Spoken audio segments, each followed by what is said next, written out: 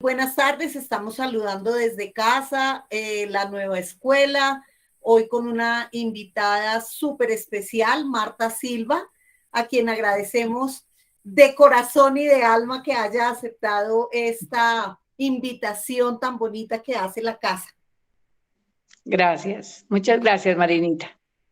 Vamos a hablar un poquito de Marta Silva. Marta, su vocación más fuerte y su vocación de vida ha sido la actuación. Ella define la actuación como lo más valioso de su vida, pues su vocación que la encontró desde muy joven.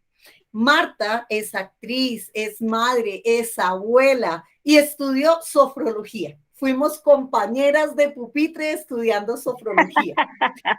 Sí, La vida sí, la así llevó es. en esos caminos a ser instructora psicoprofiláctica y luego estudió en la Universidad Sabana temas de familia a raíz de unas historias que ella va a compartir con nosotros hoy en estos momentos tan maravillosos y tan especiales que estamos compartiendo, conmemorando, celebrando y agradeciendo. Marta nos decía que los regalos de la vida diaria hay que agradecerlos y bueno, pues una de las cosas que nosotros agradecemos hoy es precisamente el que las mujeres podamos estar aquí sentadas, compartiendo, teniendo un espacio, después de haber estudiado, de haber estudiado medicina, química, artes, plantas, actuación. Bueno, yo estudié sofrología, también estudié psicología y todas esas mujeres que hemos tenido la oportunidad de salir adelante y de hacer cosas diferentes con los cambios que se generaron precisamente conmemorando a las mujeres por allá de otrora que lucharon y dieron sus vidas, muchas de ellas que entregaron su tiempo y su espacio para que nosotras pudiéramos estar hoy aquí. Entonces, a esas mujeres que honramos, bendecimos y gratificamos en este espacio. Siguen entrando personas, qué dicha, qué alegría, qué maravilla. Martica querida es un ser humano maravilloso. Nosotros Ay, Marinita. sí, Martica, nosotras en la nueva escuela presentamos primero todos los títulos como para que la gente sepa quién está, Está bien. pero realmente nos toca mucho más y la esencia es hablar de ese ser humano en conciencia maravilloso que nos acompaña y con quienes podemos compartir. Les quiero contar que Marta es un ser humano maravilloso, es una mujer maravillosa. Como les contaba, pues compartimos pupitre en sofrología, pero además es una madre muy entregada, nos va a contar un poco su historia y me atrevo a contarles que es un ser humano maravilloso porque hace unos años tuvimos la oportunidad de compartir con un grupo de familias con quienes ella ha trabajado apoyando y ayudando mujeres que han sido vulneradas, mujeres que han sido tocadas por la vida, por el mundo, con los dolores que se presentan en nuestro país tan hermoso y compartimos haciendo capacitación con esas mujeres y esos niños de una forma fantástica. Y pues no soy yo quien quiere hablar, porque a mí todos me conocen, si no es Marta, nuestra invitada. Martica, querida, gracias nuevamente por aceptar esta invitación a hablar de mujeres, de sufrología, de actualidad, de ti. Entonces empecemos porque nos cuentes quién es Marta, cómo empezó Marta, cómo es el rollo de Marta en la actuación. Bueno, pues primero que todo, Marinita yo la defino como un cántaro de agua. Ella es un manantial que está brotando permanentemente y queriendo compartir mucho de su esencia, que es una esencia maravillosa. Gracias, Marinita, por la invitación. Y pues a la pregunta, al cuestionamiento de quién es Marta Silva, quién soy yo. Pues yo soy básicamente un ser humano viviendo una experiencia en este universo que me compete ahora, con miles de experiencias y de caminos, unos que van para arriba y otros que descienden, como nos pasa a todos.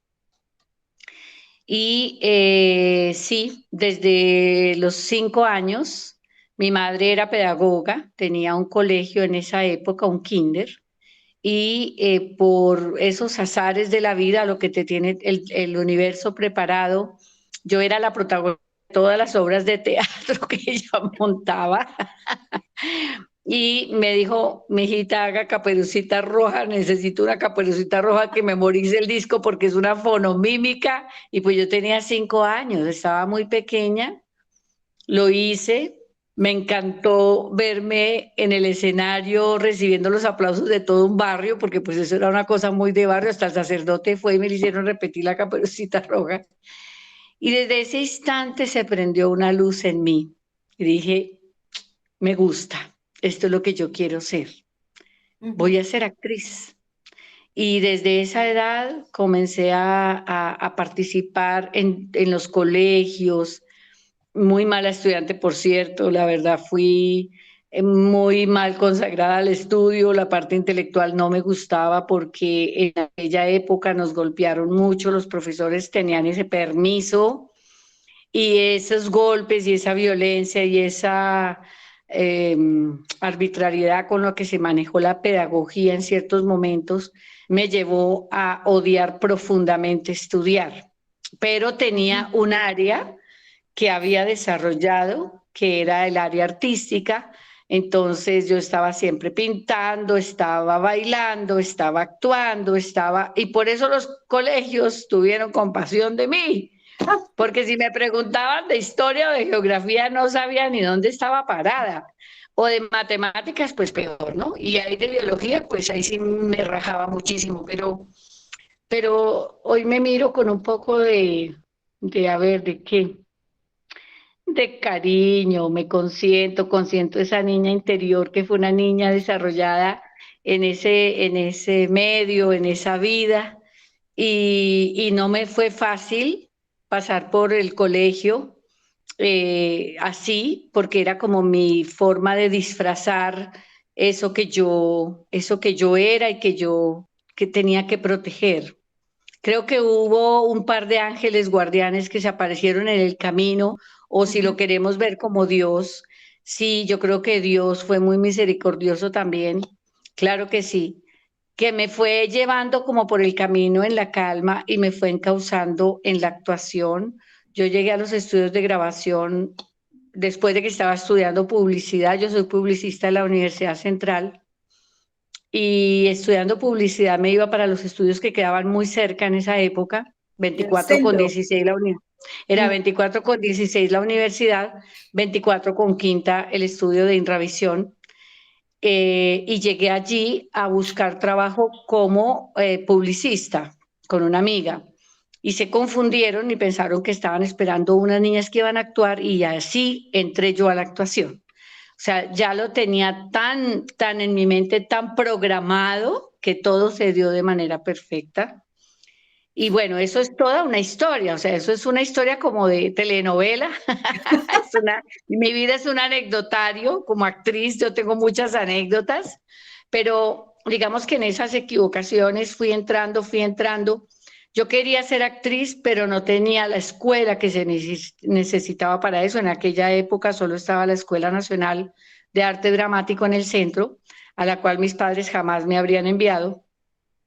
Y entonces fui un aprendiz casi que, bueno, con los libretos que dejaban los actores, de pronto le preguntaba a alguno y me colaboraba, tenía muy pocas herramientas para el estudio de la voz, entonces a escondidas indagaba que cómo se podría hacer esto o aquello, hasta que Jorge Ali Triana me conoció y yo le dije, Jorge Ali, tú eres muy amigo de mi papá. Él creyó que eso era verdad, era una gran mentira, pero era la forma de llamarle la atención para que me tuviera en cuenta. Y así fue mi carrera artística. Realmente fue una carrera, a ver, yo qué les digo a ustedes, uno podría decir, oiga, qué inconsciencia, ¿no? Qué inconsciencia, ¿por qué no se fue a estudiar? ¿Por qué no? Sí, hubo momentos en que tuve que entrar a los teatros a aprender, pero fui aprendiendo al lado de los grandes, porque yo estuve al lado de Judy Enríquez, de Teresa Gutiérrez, de una Delfina Guido, o de María Cecilia Botero, o de un Gaspar Ospina, y toda esa gente, por la razón que fuera, me tomaron mucho cariño, entonces siempre en los raticos libres se sentaban conmigo, mijita, esto no se dice así, vea esto, manéjelo por este lado, pilas como se está parando allá. Así fue como yo realmente construí mi carrera artística. Es lindo y es lindo recordarlo así. Esa fue mi historia, la que me perteneció, pero me daba mucha angustia no tener la parte intelectual que tienen los actores, porque allí muchos eran filósofos, muchos literatos, gente que sabía muchísimo, que se sentaban a hablar y yo me sorprendía de escucharlos y yo quería ser igual a ellos para que me incluyeran. Entonces me conseguí un libro que se llama El shock del futuro de Alvin Toffler. Me lo, Excelente. me lo leí y con ese los descresté a todos. Entonces ya me incluyeron en el grupo. Yo fui incluida en el grupo a través de muchos esfuerzos que tuve que hacer para poder demostrar que era alguien, porque en ese momento no sabía que yo ya era y que era un ser humano maravilloso, pero no lo sabía. A mí lo que me habían enseñado era que si uno no estudiaba, si tú no tenías Ujú. palancas, si tú no tenías el conocimiento, no eras nadie. Entonces, yo como que me estaba creyendo el cuento. Pero finalmente creo que fue eso como el camino. Son muchísimas historias que creo que nos quedaríamos aquí 3 o 4 horas contándolas de risas y de llanto, pero lo logré. Logré llegar a ser extra, tercera, segunda, primera, coprotagonista y protagonista. Una carrera bellísima, solo que me enamoré de mi primer esposo y él me dijo, se retira y me retiré. Entonces me retiré muchos años y eso me costó muchísimo, me lo cobraron muy caro, pero bueno, son experiencias pertenecientes y así las entiendo ahora. Entonces, eso puedo hablarles a ustedes un poco de lo que ha sido la actuación en mi vida. Ujú. Muchísimas gracias, qué historia tan bonita. Gracias por compartirla, Marta. Cuéntanos un poco de cómo era el trabajo de las mujeres en esa época en la actuación cuando tú estabas. Tú nombras grandes Ajá. mujeres de la época. Aquí nos está acompañando Flor Vargas, una de las grandes mujeres de Ay, esa Flor, época. hermosa, claro, claro. Sí. Y la recuerdo mucho no solo por ser una gran mujer, una excelente actriz de las grandes, grandes, sino porque fue la mamá de, sobre todo de, bueno, yo fui muy amiga de Manuel, lo quise muchísimo, lo llevo siempre en mi corazón porque él conmigo fue una hermosura, entonces, bueno, qué dicha saber que ella está por ahí. Bueno, Sí. cuéntanos de ese trabajo de las mujeres en esa época, muy complejo, difícil, un medio luchado. ¿Cómo ves tú esa evolución?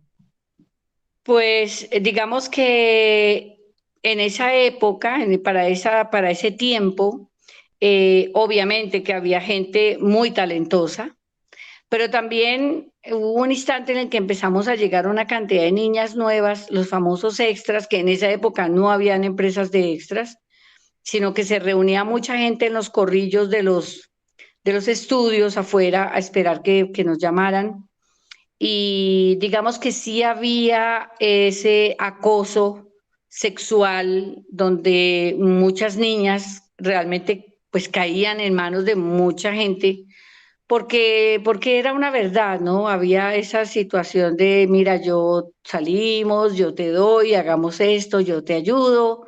Eso sí fue real y era muy complejo porque como que uno no sabía de qué otra manera podría entrar, podría hacerlo. Eh, digamos que mi trabajo realmente siempre fue un trabajo en la calma. Tuve muchos admiradores por ahí por el lado, no lo puedo negar, gente que estuvo, o algunos me gustaban, otros no me gustaban, como en todo, pero sí me cuidé mucho de no cometer tantos errores, porque es que es fácil caer en muchas situaciones. Pero yo creo que la mujer en esa época y de alguna manera estaba sometida a en un momento dado ser objeto en la parte, digamos, de sexo para poder lograr figurar, ser actriz o estar ahí. En eso sí se daba muchísimo esa situación.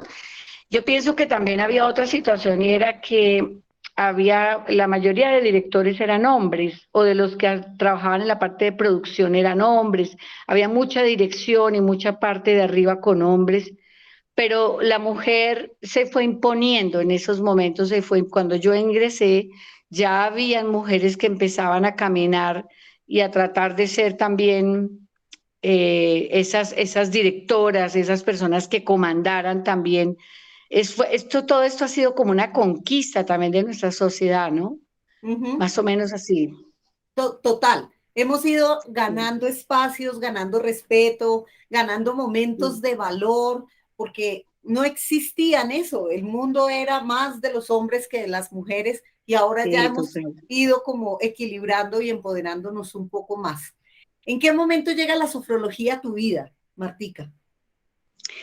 Bueno, yo estaba casada con un médico, un maravilloso médico que estaba totalmente dedicado en ese momento a la medicina bioenergética. Estaba con el doctor Germán Duque Mejía, que fue el primer médico que trajo la terapia neural y toda esa historia de la medicina alternativa a Colombia, sobre todo de la medicina alemana.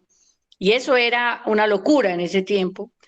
Entonces, en algún momento me dijo, mira que hay un cuento que se llama sofrología, se estudia y toda la cosa. Yo me enteré en algún simposio, en alguna parte, en algún estudio que él estuvo, ¿por qué no averiguamos? Entonces, pero a ver, eso como a mí, ¿para qué me va a servir? Yo soy actriz, Ajá. yo, bueno, el ego y el ego y el ego. Entonces me dijo, pero sería bueno Ujú. que indagaras, de pronto te puede servir. Yo empecé a indagar y descubrí la sofrología y me pareció una alternativa maravillosa de estudios, me pareció un camino increíble, porque lo primero que yo dije, si esto es el estudio de la conciencia humana, cabe para cualquier profesional, ¿cierto? Ujú. Lo primero que yo supe de la sofrología fue eso. Lo segundo que yo hice fue ir a visitar al doctor Alfonso Alfonso Caicedo. Caicedo. Ujú. Mi esposo le pidió una cita, fuimos los dos, nos sentamos a hablar con él y en él vi el perfecto filósofo eh, que está en ese trabajo interior de todo lo que ha recogido como experiencia para mostrarnos que hay unas herramientas propias de los seres humanos, unas capacidades que podemos multiplicarlas, que podemos entrenarlas, que podemos organizarlas.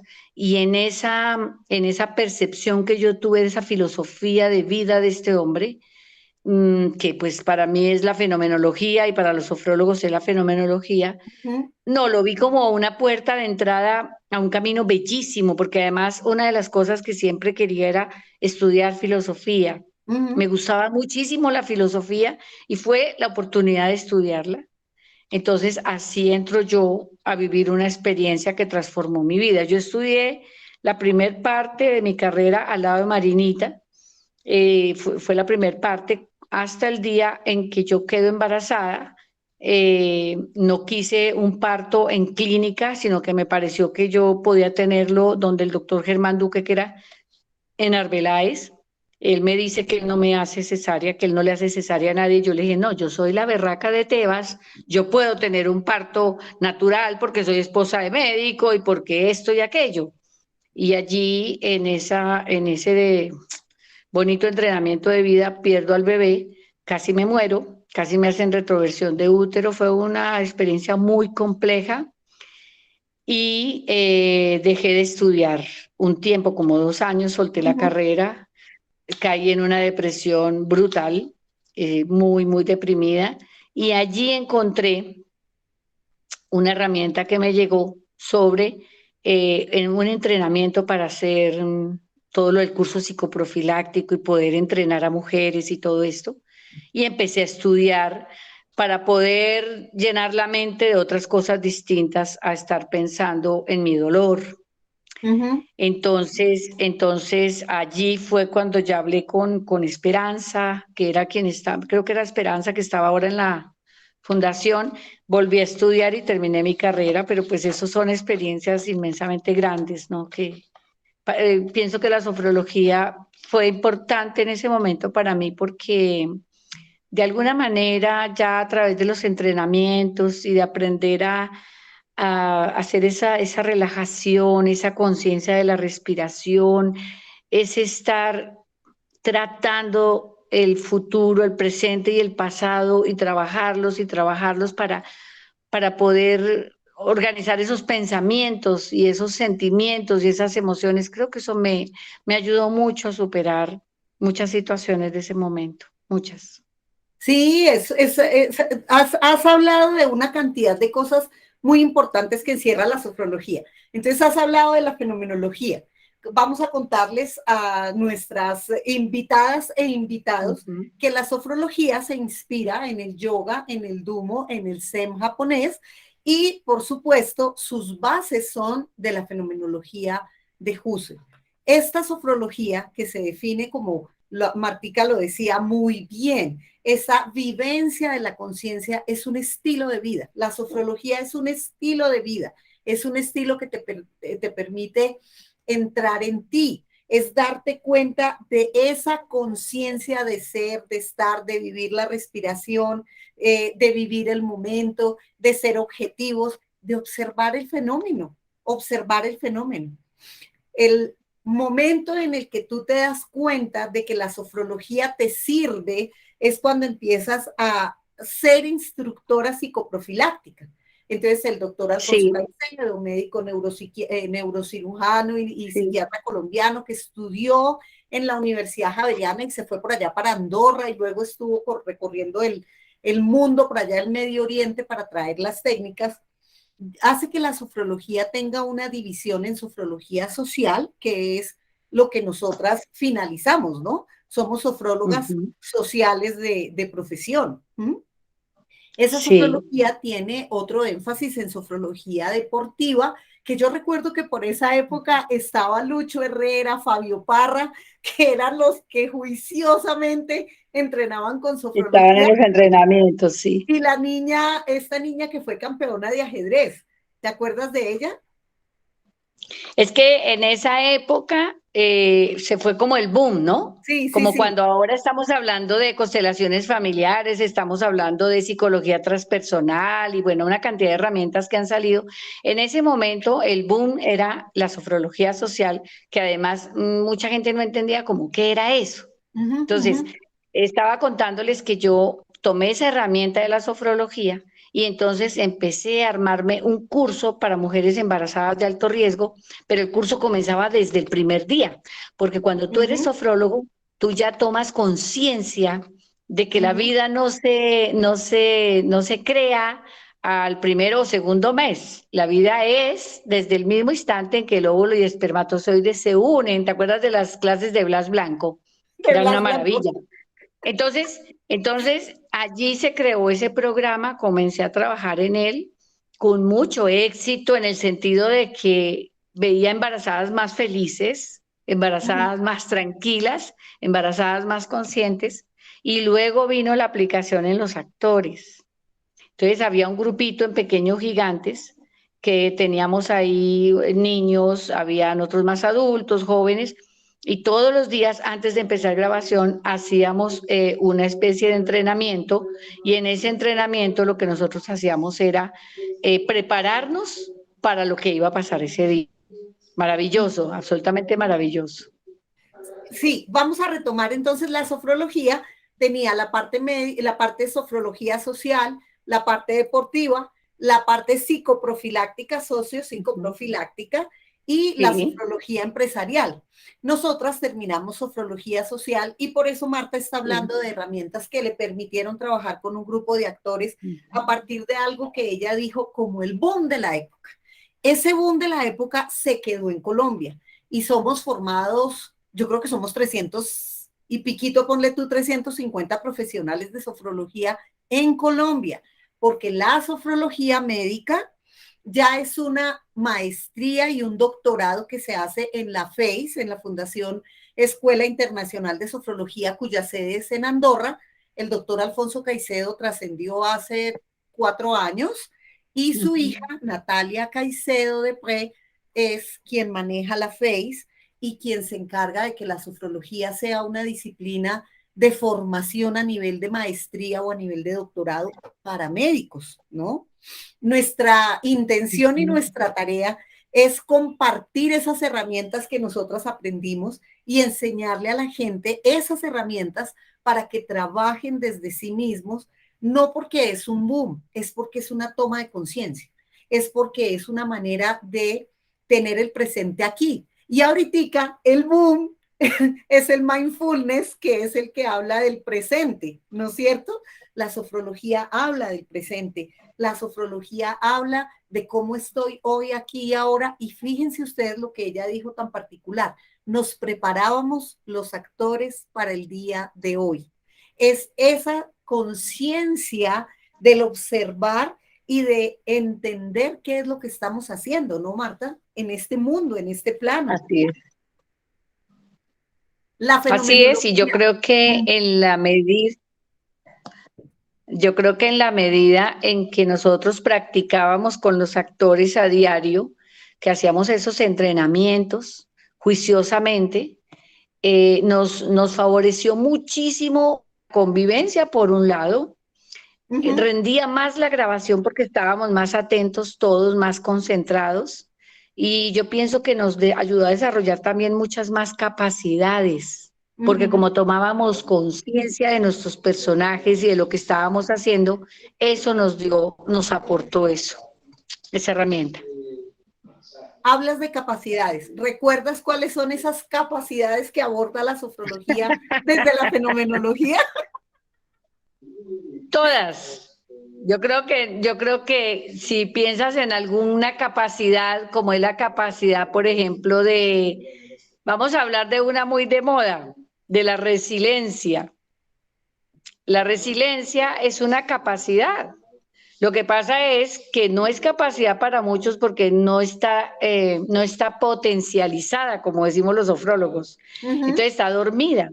Entonces muchas veces decimos, no, yo no soy capaz de recuperarme de esto, soy incapaz de superar esto, no puedo superarlo, pero sí, tenemos capacidades que nos pueden ayudar a ser más resilientes y a poder superar muchas cosas. Por ejemplo, hablando en términos más modernos, la capacidad que tiene un ser humano con el solo hecho de aprender a manejar una emoción y a trabajarla como una experiencia. Discúlpenme un segundo que tengo un compañerito al lado que está hablando como una cotorra.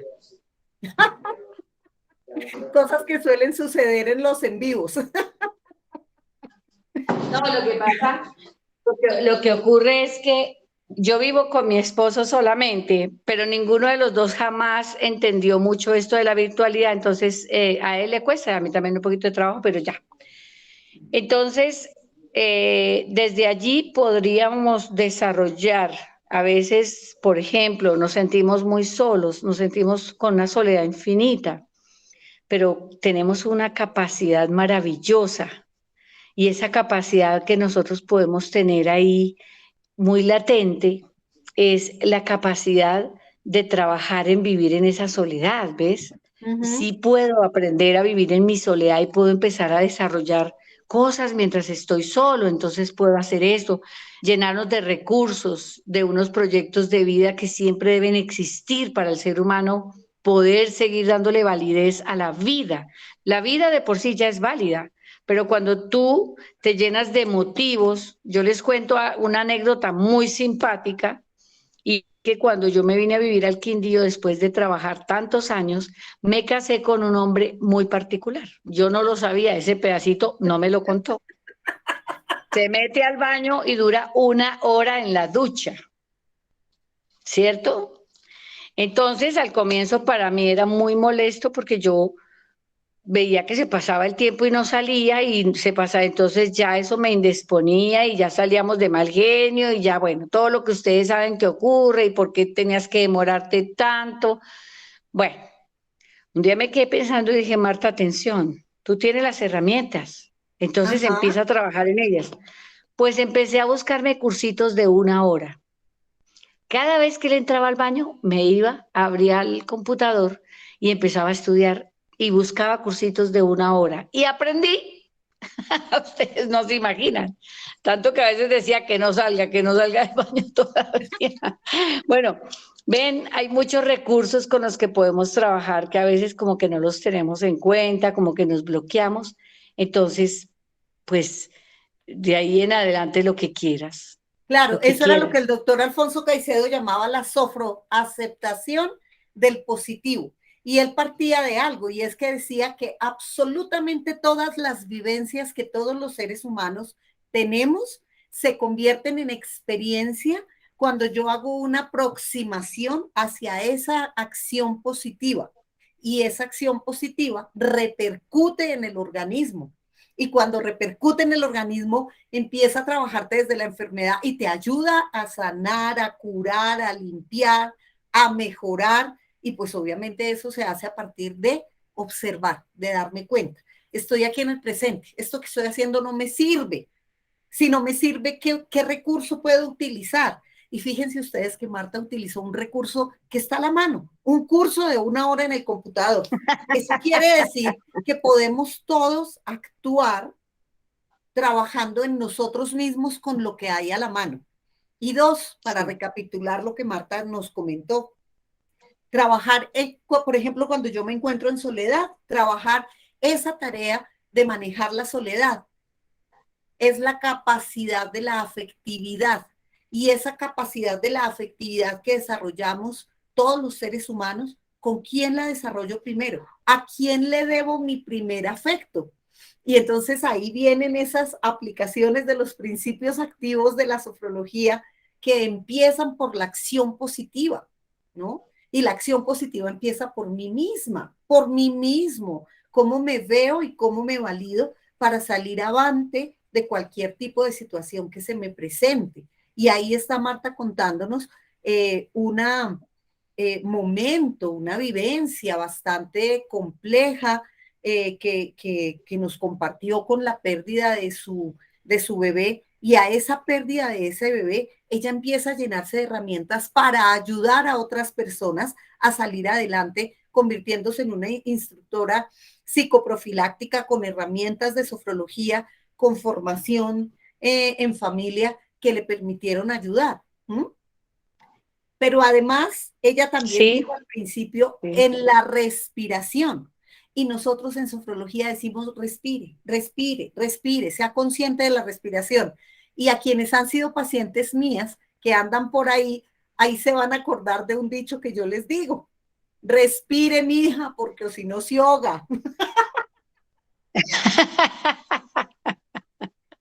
Así es, ¿Cierto? Que la así es. respiración es esa base y esa columna que nos permite empezar a darnos cuenta.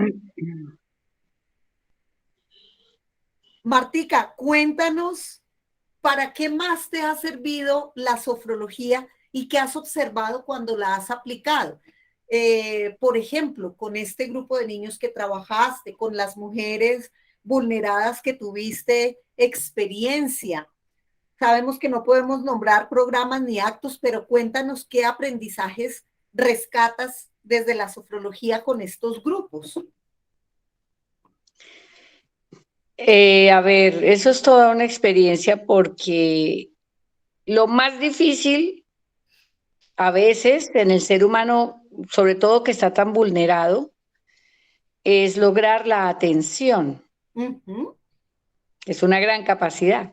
uh-huh, Y es difícil hacerlo en los chicos que están metidos en los computadores y en los celulares o en los, bueno, vamos a hablar de un todo, de una sociedad.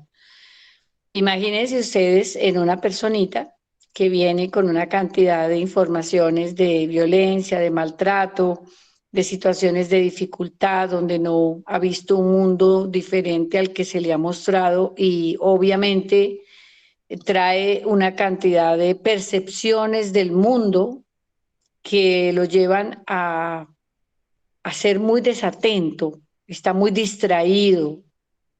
Entonces son niños a los que tú les hablas y a los 2 minutos no recuerdan qué fue lo que les hablaste, no están presentes porque hay algo que los está distrayendo casi siempre de su pasado y ese casi siempre es la distracción a veces en las experiencias perturbadoras, uh-huh, experiencias uh-huh, dolorosas.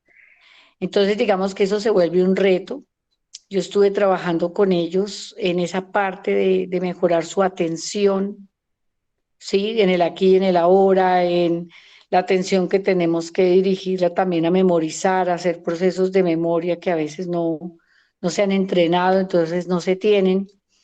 Y en las mamás, todo lo que significa la violencia, la no aceptación, el desamor, el no saber ni tener herramientas de cómo se construye un hogar, una familia, muchas cosas que son inexistentes para ellas. Qué trabajo tan complejo. Es muy difícil porque la mayoría desisten. Entonces, el recurso tiene que ser el juego. Con los niños jugábamos mucho. Para poder descubrir una buena respiración teníamos que hacer una cantidad de pinturas y de trabajo de a cuánto medía el intestino, qué espacio ocupa y si la respiración entra, qué espacio ocupa. Y bueno, había que hacer una cantidad de lenguajes muy visibles para que ellos pudieran empezar a tener una comprensión. Por eso yo digo que primero se entiende y luego se comprende, Ujú, porque un ser humano que no entiende no logra comprender. totalmente de acuerdo. Entonces, se trabajó mucho en esa parte y de eso tenemos algunos frutos, no muy grandes. Nosotros hace tiempo ya no estamos mucho con el proceso, pero digamos que lo más lindo, lo más valioso, lo más significativo que yo me llevo de esa linda experiencia es que el amor todo lo logra, todo lo puede. Y amar es una ciencia, porque el amor comienza desde el entender profundamente al otro sin necesidad de cambiarlo. Entonces, Ujú. cuando tú comprendes así el amor, es, es un ejercicio, es un ejercicio.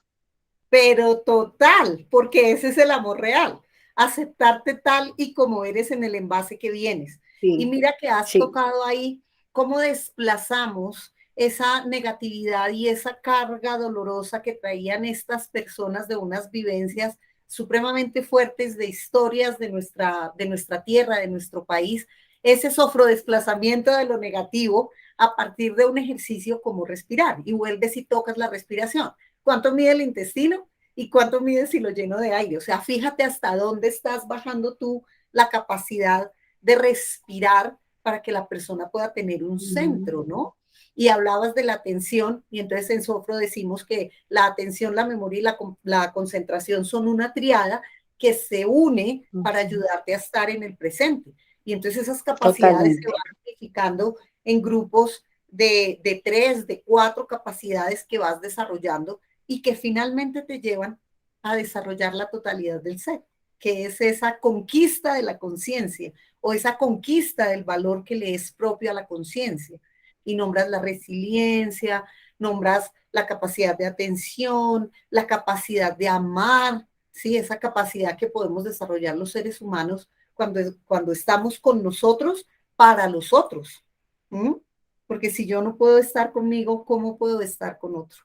¿Cómo puedo lograr Totalmente. esa acción hermosa que se denomina el amor? Martica, y Sí. terminas de estudiar sofrología, empiezas a trabajar como instructora socioprofiláctica y decides irte a vivir al Quindío. ¿Y qué haces con sofrología ahora allá en Armenia? Bueno, lo que pasa es que yo creo que salirme de Bogotá fue como un proceso de huida. Ustedes Ajá. saben que nosotros en el cerebro tenemos ese cerebro reptiliano que nos ayuda a tomar decisiones de fuga, por ejemplo, escape en un momento dado, y creo que eso fue lo que mi cerebro decidió en ese momento, por muchas experiencias que estaba viviendo bastante complejas.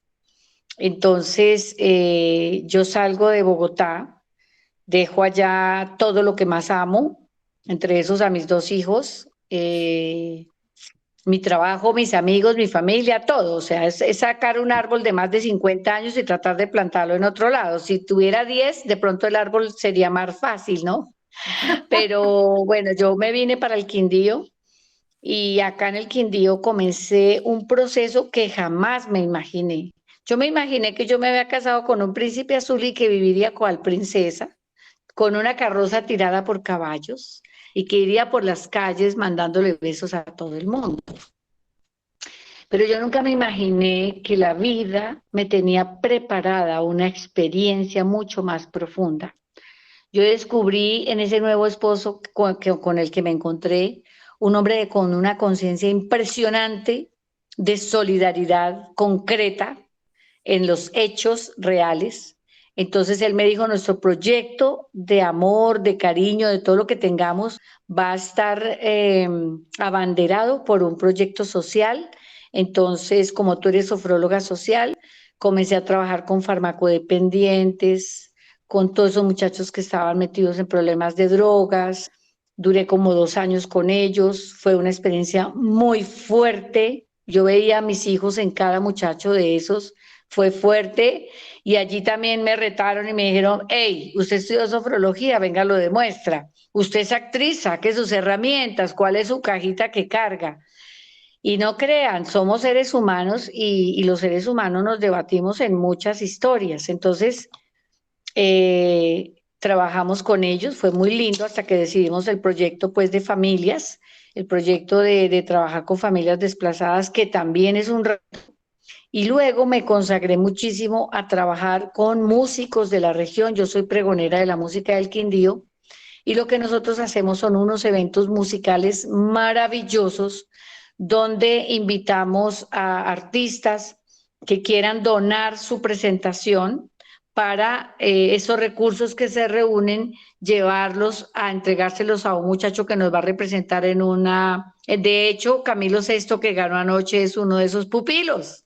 Entonces, No eso es una... cuentes, de verdad ustedes. Entonces, estamos muy felices porque la idea de esta fundación de pregoneros de la música del Quindío es nada más ni nada menos que ayudar a que tengan herramientas los chicos que tienen talento, con un instrumento musical, con las dinerito para los pasajes, en fin, que tengan lo necesario para representarnos artísticamente. Y ay, eso le da a uno una, yo no sé cómo explicarles. Eso da una alegría tan profunda porque tú sientes que tu vida vale la pena cuando logras desarrollar el servicio. O sea, Ujú, yo creo ujú. que sin servicio, entonces Roberto me enseñó eso. Yo llegué feliz a decirle, vea, y vamos a montar un árbol y las bolitas donde las compramos. Y él me dijo, ¿cuál árbol? ¿Más basura para el planeta? Si tú quieres un árbol, aquí hay árboles afuera, todos plantados, coge unas manzanitas, las colgamos y que cada nieto venga y se coma una manzana. Para mí todo eso fueron historias de aprendizaje. Claro, ¿Quieres por un supuesto. pesebre? Montémoslo con las mazorcas y esto. Y entonces yo empecé a aprender y a retarme a superar ese vicio de una sociedad muy consumidora en la que estamos y a reducir una cantidad de cosas. No fue fácil, no es fácil, pero aprendí, hoy día cultivo mi propia comida en casa. Nosotros tenemos aquí cultivos alrededor y prácticamente no consumimos casi nada de supermercados, Ujú. pero es un proceso, o sea, eso es un proceso. Entonces, digamos que desde allí esta experiencia en el Quindío ha sido enriquecedora porque he realizado otras actividades, pues con la pandemia, a mí me cogió el inicio de la pandemia en Providencia, con mi esposo duramos 3 meses, que eso es otra historia inmensamente grande, pero bueno, pero también maravillosa. Pero eso es lo que yo hago en el Quindío. Dicto talleres a empresas, talleres sobre eh, atención al cliente, ¿sí? Pero me gusta mucho tocar es la parte humanística, trabajar esa parte humana. Entonces, con la sofrología, que es mi herramienta principal, hago cositas, no solo para que la persona sienta que lo están entrenando para atender a alguien, sino para que sienta que él es un ser humano que es importante, que tiene valores. Sí, que a veces están en caminos quizás equivocados porque no han podido hacer lo que quieren ser. Bueno, en fin, eso es toda una tarea muy linda. Entonces estoy en ese trabajo también. Tres cosas importantes o tres consejos grandes a partir de tu estudio, de tu conocimiento de la sofrología para las mujeres que nos acompañan hoy y para las mujeres en general. Hmm.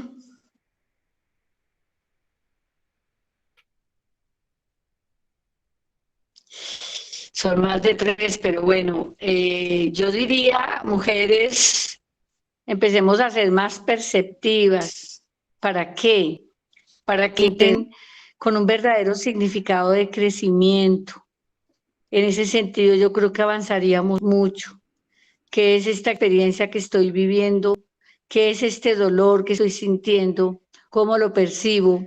¿Y cómo puedo resignificarlo? ¿Cómo puedo hacer de esto una experiencia de crecimiento?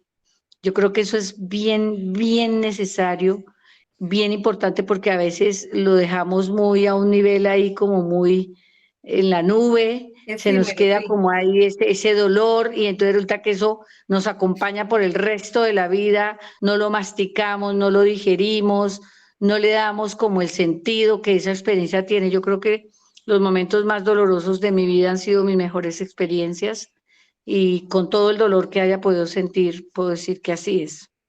Otro podría ser revisarnos en esa memoria de esos rastros, esas huellas de experiencias anteriores, ese pasado que nos acompaña y que a veces de alguna manera se convierte en un presente. La mente no distingue qué es pasado y qué es presente. Si tú hoy recuerdas con dolor lo que te pasó hace 30 o 40 años, ella pensará que es verdad que lo estás viviendo hoy, tanto que cuando tú relatas una experiencia de dolor, es impresionante cómo la persona se ubica en el sitio, cambia el aspecto de su cara, de su rostro, cambia inmediatamente y va retratando esa memoria como algo reciente. Y yo pienso que tenemos que trabajar mucho en eso porque todo este sentido de lo que está ocurriendo, de las experiencias externas que estamos viendo, tiene que ver con esa memoria que se ha quedado en esas experiencias anteriores y el ser humano quiere seguir ahí en el mismo hueco, dándole vueltas, acabando con el otro, mate al otro, no quiero que este otro surja. Entonces son memorias ahí como guardaditas que no le están haciendo bien al planeta y que podemos construir de una manera distinta. Y creo que no sé, creo que otra cosa bien, bien importante para tener en cuenta por estos días es que empecemos a trabajar mucho en eso que hablábamos ahora, Marinita, de entender para comprender y para comprender, para hacer razonamientos lógicos. Yo pienso que el discurso de la mente, el discurso que nosotros nos inventamos muchas veces, es un discurso de pronto que no tiene un razonamiento justo, que nos hace falta sentarnos un instante y como escribir y discernir esa comprensión que yo tengo frente a eso, realmente sí tiene un razonamiento lógico. Es lógico que yo siga en esta relación repitiendo lo mismo todos los días, desgastándome todos los días, dando por hecho tantas cosas todos los días, cuando pues la mente sigue suponiendo que todo eso está pasando, es hoy, es real, y lo único que estamos logrando es hacernos daño y dañar a los demás. Si nosotros lográramos esas experiencias, esas situaciones percibidas, llevarlas sin ningún tipo de juicio, y por favor hagan ese ejercicio, yo lo he hecho y me ha costado, pero ha tenido resultados importantes, y es me duele mucho lo que me hizo tal persona en tal instante. Listo, me duele mucho. Y he empezado a buscar un razonamiento lógico a eso. Ah, claro, me ha dolido porque de niña me pasó esto. Entonces comienzo a revisar por allá en mi mente y digo, listo, ahora voy a empezar a cambiar el discurso. Tuve esa oportunidad, me pasaron esas cosas maravillosas, esas experiencias, esas situaciones, las voy a cambiar y voy a poner otro juicio distinto y voy a empezar a trabajar en ese juicio en el que estoy, que es lo que realmente no deja que haya una herramienta que se inventaron y que puede ser, que tiene que ver con la inteligencia emocional, de comprender, respirar profundamente y darme cuenta que definitivamente puedo ver el mundo desde otra óptica, puedo ver el mundo desde otra óptica, que no todo en la vida se constituye en experiencias tristes y dolorosas, sino que esas experiencias son necesarias para construir un mundo mejor y un pensamiento mejor. Sí, yo diría esas, como esas experiencias para que quede algo en el corazón. ¿Mm? Absolutamente puntuales y claras. Arranquemos por hablar de la primera, la percepción, y la percepción es definida como la Ujú. capacidad del ser humano de darse cuenta de lo que hay aquí en su propiocepción y en todo su entorno. Entonces, es un Ujú. excelente consejo trabajarlo, revisar las memorias, porque desde la sofrología nosotros hablamos de la memoria biológica y es lo que estamos viendo ahora, ¿no? En los registros akáshicos, en todo esto que llaman los transgeneracionales, en todo lo que viene desde los ancestros. El doctor Alfonso Caicedo lo trabajó en el cuadro de la Copa de la Vida como la memoria biológica, eso que nosotros guardamos y que a veces se nos olvida depurar, sacar, cambiar y convertir en experiencia. Y la tercera dice es que entender para comprender y cambiando el discurso con la razón. Ese discernir tú lo empiezas a lograr escribiendo, haces alguna actividad, haces algún ejercicio para pasar ese discernimiento a ese razonamiento lógico. Yo creo que cada uno lo puede trabajar como desea. Lo que pasa es que para mí es muy fácil escribir. Uh Escribir -huh, para mí es un ejercicio bellísimo y como soy tan visual, entonces hago muñequitos, hago cuadros, eh, trabajo al frente una cantidad ahí es que no les muestro mis mamarrachos porque se van a reír de mí, pero bueno, yo me entiendo. Entonces, lo que yo hago es eso, plasmar en un papel como si fuera un mapa de ruta. Trabajo mucho, por ejemplo, los mapas mentales me encantan. Entonces saco los colores, hago con colores muchas cosas y el punto central de mi mapa mental siempre es qué es lo que necesito trabajar, lo que me duele o lo que me molesta. uh -huh, Aquello uh con lo -huh. cual no he podido, sigo ahí en el mismo juicio, sigo en la misma idea, vuelvo y repito experiencias y vuelvo y repito experiencias que no me gustan y digo, pero ¿por qué todos los que me llegan son casados? ¿Por qué mi hijo o mi hija no cambian? ¿Por qué siempre contestan tan feo? Ese tipo de situaciones que vivimos todos en general y que pues a veces nos cuesta trabajarlas, yo las plasmo en un papel y empiezo a hacer una hoja de ruta en un mapa mental. De pronto en algún momento hagamos una experiencia de mapas mentales, ¿por qué no? Y ahí empiezo a hacerle como todas las conexiones del cerebro, ¿cierto? Que necesito para desarrollar capacidades, habilidades, de leer, listo, me voy a ir a leer a un loco que se llama Borja Vilaseca, por ejemplo, que de pronto puede tener herramientas verbales que me pueden servir. Listo. No, por ahí no encontré la cosa, entonces me voy a leer el libro de Las mujeres son de Venus y los hombres, bueno, qué sé yo. Empiezo a hacer una ruta para ir mirando por dónde trabajo también ese tipo Uh -huh, de situaciones, uh -huh, uh para que -huh. haya un razonamiento inteligente, una reconstrucción inteligente de las experiencias. Yo creo que eso nos están llamando bastante fuerte. Del desarrollo, por ejemplo, de la sofrología como una herramienta muy necesario, Marinita, en estas épocas, volver a retomar todo eso. Yo lo hago frecuentemente también y es muy interesante.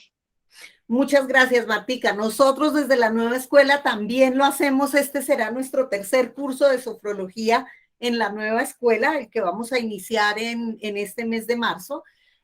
Cursos cortos, prácticos que enseñan eso que tú nos has compartido hoy, pero además dijiste, yo escribo porque es lo que se me facilita. Pues fíjate que en todas estas últimas técnicas de avances y de trabajos de la conquista del yo, del ser, del interno, uno de las herramientas que siempre los instructores dicen, enseñan, es por favor escriba, porque escribir nos hace conscientes. Cuando yo escribo, el cerebro asume que lo está sacando y se lo está diciendo al otro o a la otra persona y hace conciencia. Y eso es lo que permite esa reconstrucción de la que tú hablas. Entonces, si ustedes quieren saber más, quieren conocer acerca de esta herramienta tan hermosa, tan maravillosa, creada por un médico neuropsiquiatra colombiano, honrosamente y honoríficamente colombiano, y si queremos honrar la memoria de un gran médico que trabajó con herramientas muy sencillas y las adaptó a nuestra indisciplina, pues inscríbanse, pregunten, averigüen por el curso de sofrología, que invitaremos a Marta a una de las sesiones para que nos haga algún ejercicio o algún entrenamiento, una relajación dinámica, o por qué no, hablar de los mapas mentales. Martica, mil y mil y mil gracias por tu tiempo, mil gracias por acompañarnos, por aceptar la invitación, mil gracias por este espacio que nos dedicas acá en casa, en la nueva escuela, que también es tu casa. Tan linda, gracias Marinita. Yo siempre me he sentido muy incluida en todas las actividades que tú has hecho y eso de verdad que lo agradezco profundamente. Y bueno, a todos los que han estado allí, que no los conocí mucho, pero bueno, sé que son seres humanos que están viviendo la misma experiencia que todos y que estamos ávidos de conocer y de ser mejores seres humanos. Volveremos a encontrarnos en algún momento. Qué oportunidad tan bonita. Gracias, Marinita, y gracias a todas, a todos, cada uno de ustedes. Infinitas gracias por haberse dado el permiso de escucharme.